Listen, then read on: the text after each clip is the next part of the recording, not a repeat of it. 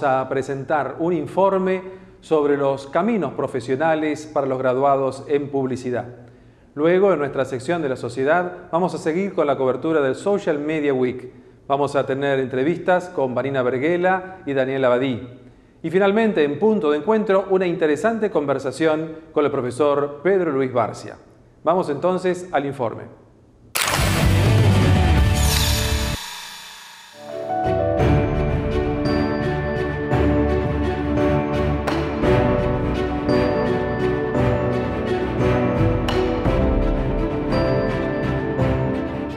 En su libro El siglo de la publicidad argentina, Alberto Borrini cuenta que durante la Segunda Guerra Mundial, las tropas norteamericanas en el exterior recibían las principales revistas ilustradas.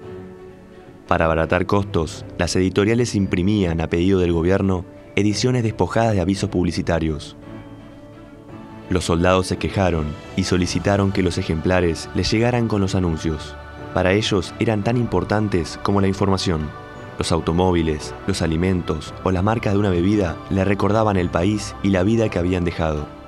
El poder y la seducción de la publicidad han generado una de las industrias más creativas del siglo XX y el actual.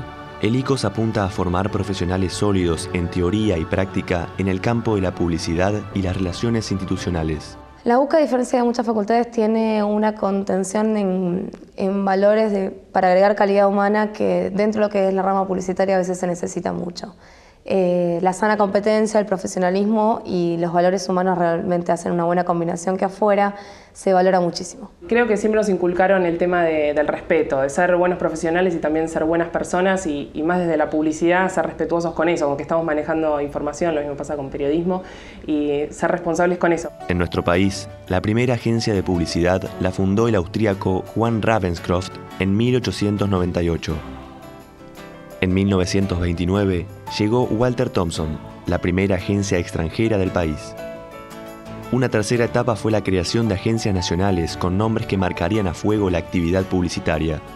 Ricardo de Luca, Juste, Lino Palacio, Solanas, Ortiz Copesi, Goulan, Colonese, Méndez Mosquera, Presas, Rato y Casares integran el Olimpo de creadores argentinos.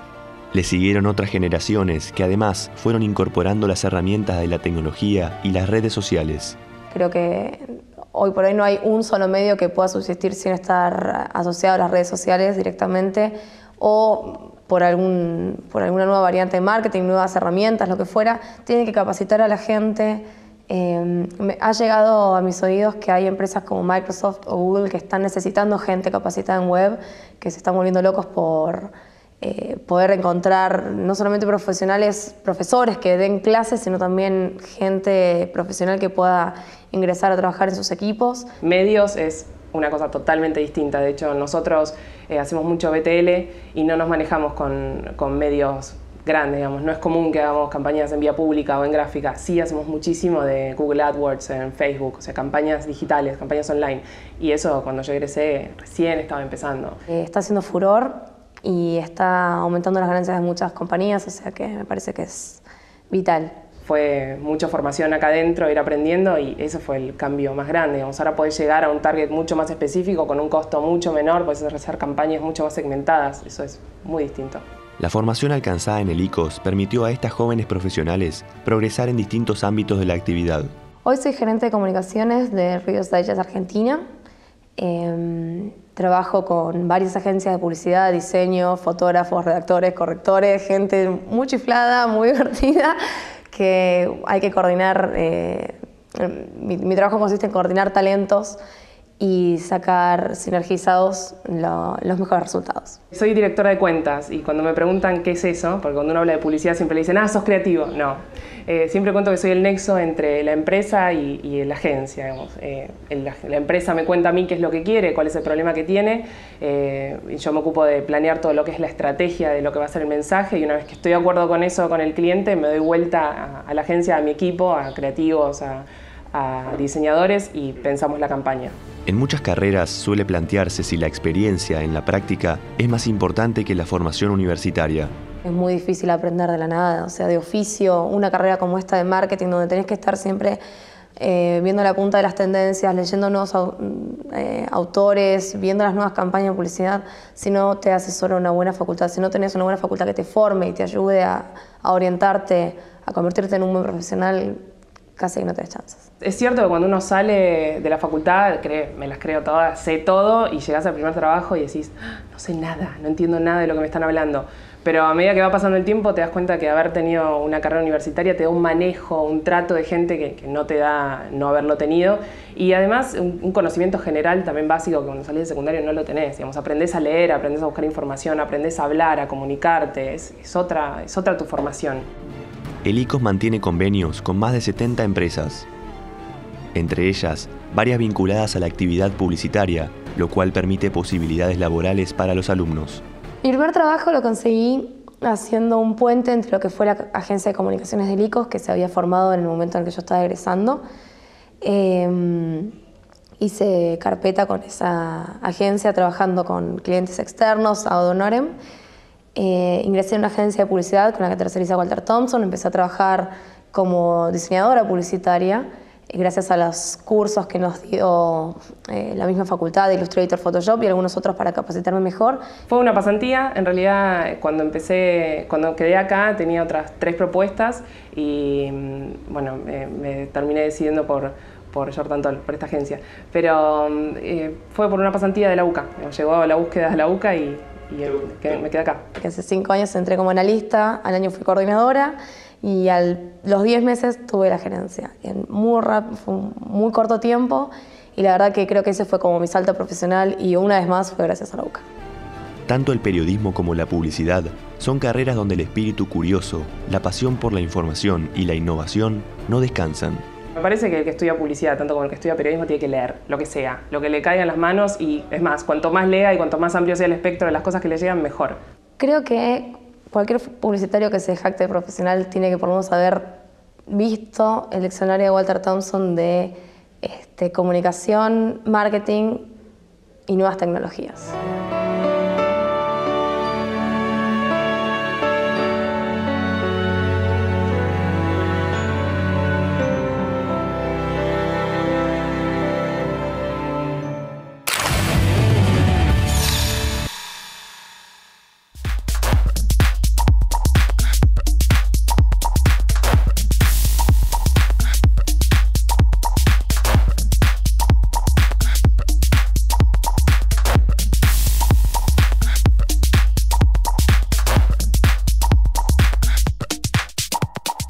La celebración del Social Media Week en la UCA permitió conocer lo más avanzado de las nuevas tecnologías en conexión con las redes sociales.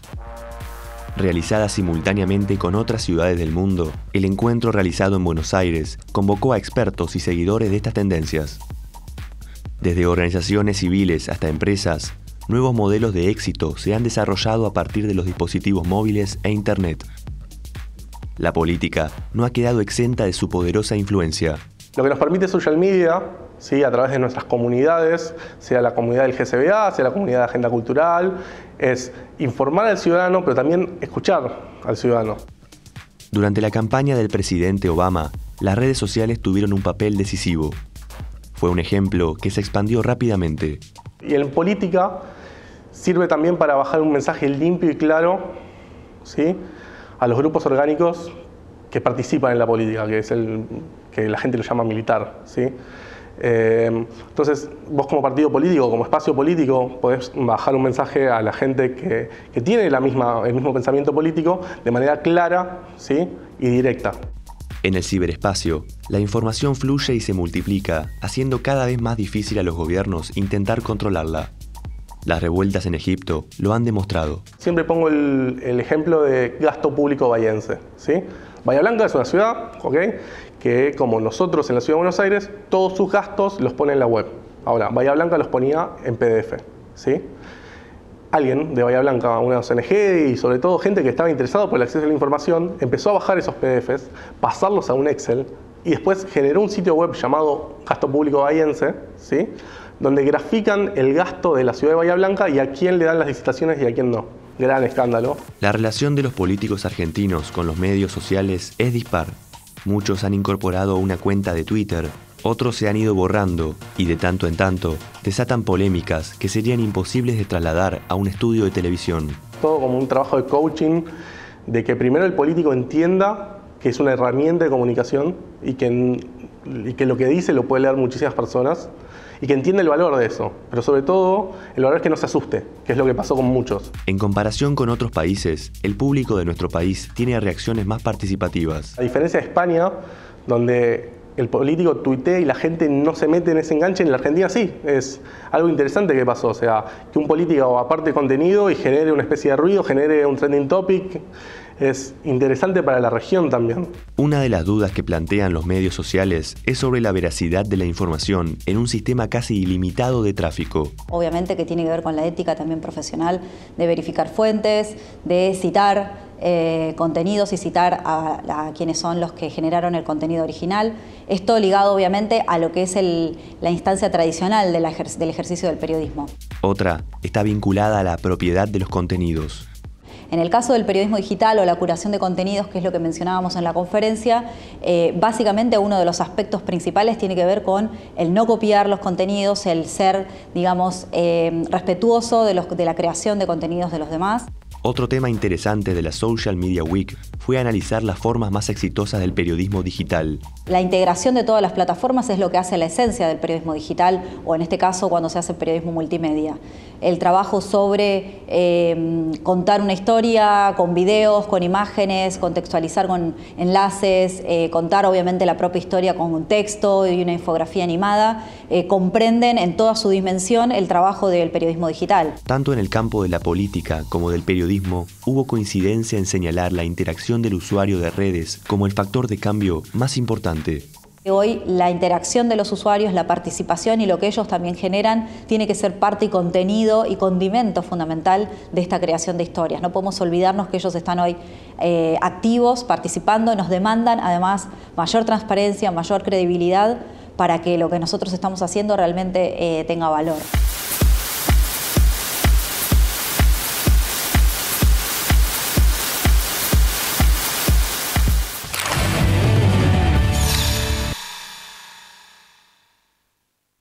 Y en nuestra sección Punto de Encuentro, hoy estamos con la visita de una personalidad que podríamos decir renacentista de nuestra cultura. Es el profesor Pedro Luis Barcia, presidente de la Academia de Letras, a quien le agradecemos muchísimo su presencia en Factor Futuro.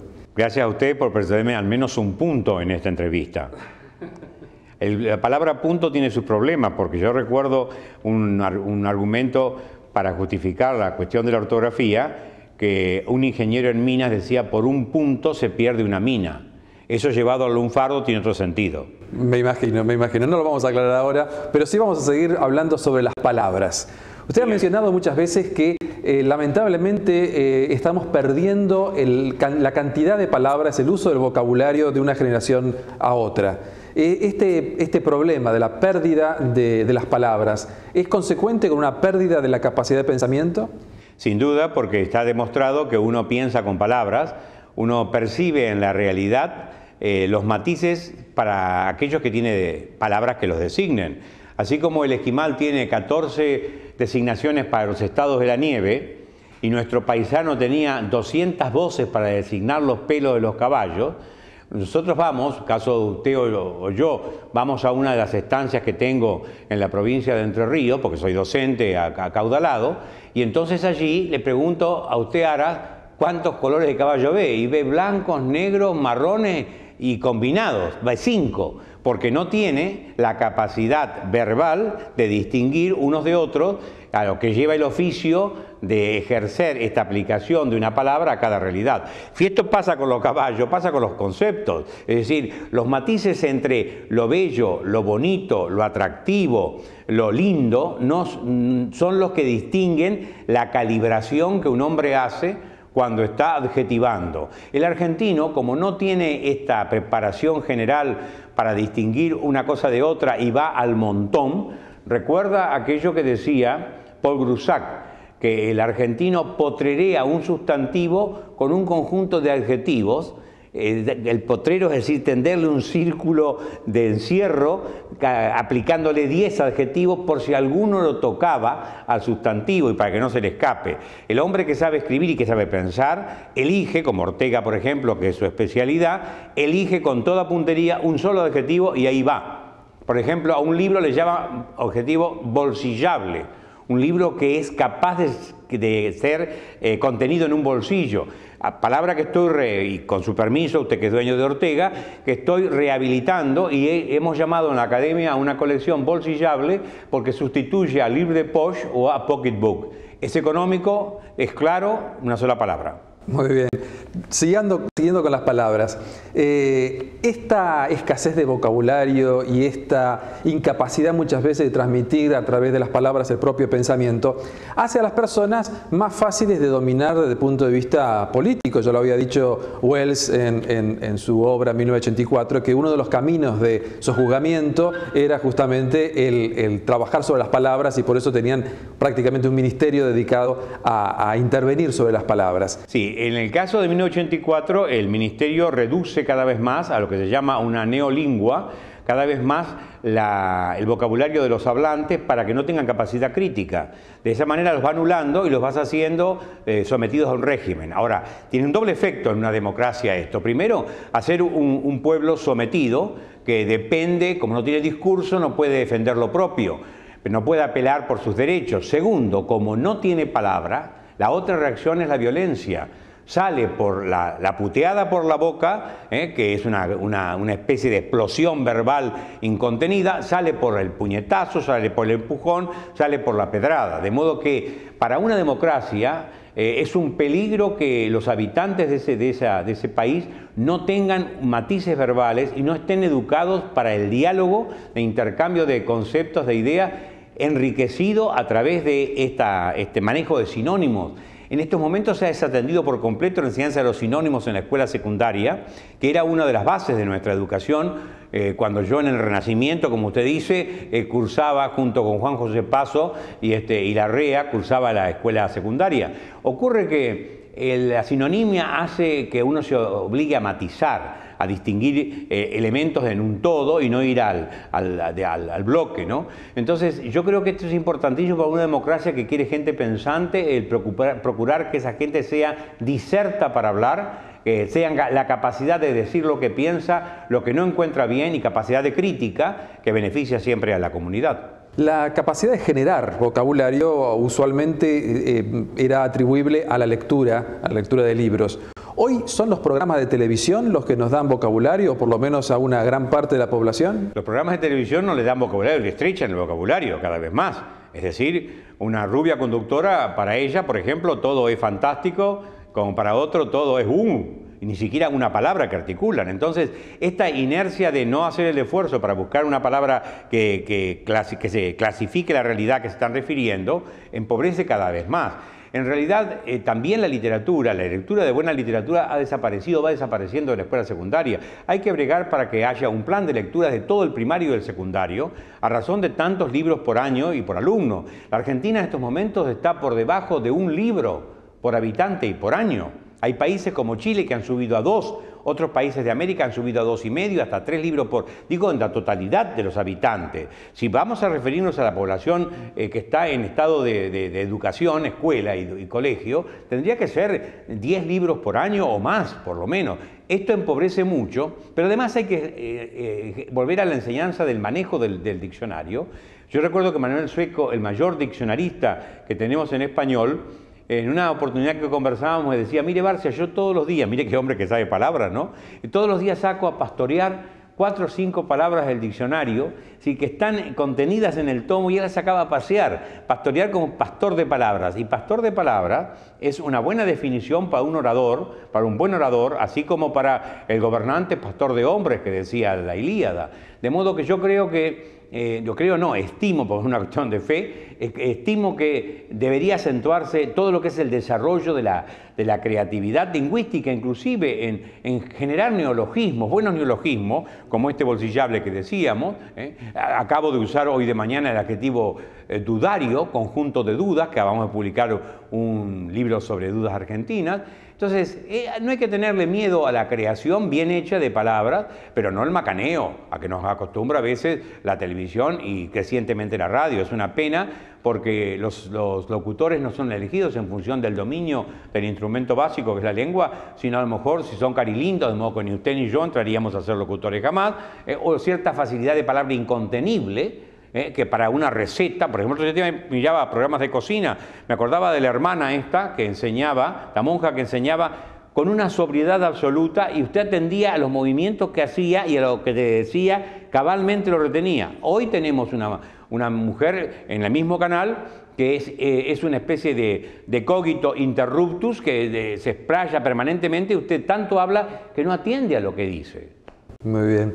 ¿Qué responsabilidad entonces para la escuela, ¿no? Porque frente a ese panorama tan complicado de los medios, la escuela hoy tiene que salir a competir en condiciones muy adversas. Sí, los padres primero los primeros responsables son los padres, porque los padres no pueden delegar en la escuela. Más en estos momentos los padres no exigen en su casa que el chico lea, que el chico escuche cuentos, que el chico pueda tener interlocución con ellos acerca de palabras, de comentarios, ver un programa de televisión y comentar las limitaciones que tiene o no. Hay programas de todo tipo. Tenemos una excelente televisión comparada con el resto de América. La Argentina es muy buena y aún superior a la española. Lo que pasa es que son programas como los de cultura, programas políticos, pero los peores son los programas de entretenimiento. Peor todavía, quiero decir, los programas de chismografía y los programas infantiles por falta de adecuación de las directoras que no saben cómo dirigirse a los chicos y se dirigen como si fuera un enano o un infradotado a la criatura. Muy bien. Nos van a pedir seguramente una recomendación, ya que estamos hablando de lectura, y es la de 5 libros que sean realmente insustituibles, que tienen que estar en el haber de la lectura de cualquier persona que quiera decirse formada. Yo le diría que en vez de darle 5, le doy 100. Entre al sitio de la Academia Argentina de Letras, www.aal.edu.ar. Hay una sección que dice docencia, hay una bibliografía para docente y hay una colección, un corpus de lectura de 100 para que elija. Y lo he llamado 100 de los mejores libros de literatura universal. Para que no me diga que necesita entrar por un libro de filosofía, hay literatura policial, hay literatura de ficción científica, hay narración, hay ensayo, de modo que elija por donde quiera.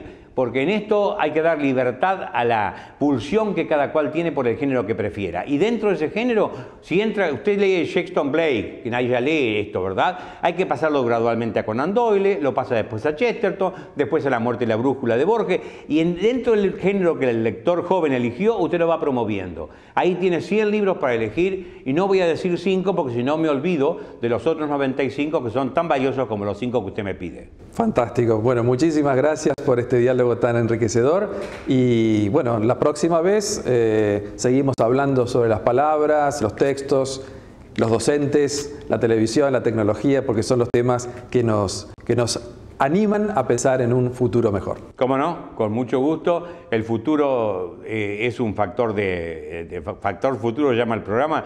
El futuro se distingue de lo adveniente, porque el adveniente lo imprimimos, lo vemos venir. Es como dice la Escritura, si cuando la higuera larga frutos brote es porque está cerca el verano. Bueno, tenemos que leer esos signos que nos anticipan los tiempos futuros para poder planificar. Muy bien, muchas gracias. Gracias a usted por invitarme. Bueno, y esto ha sido todo por hoy. Gracias por acompañarnos como cada semana en Factor Futuro. Los esperamos.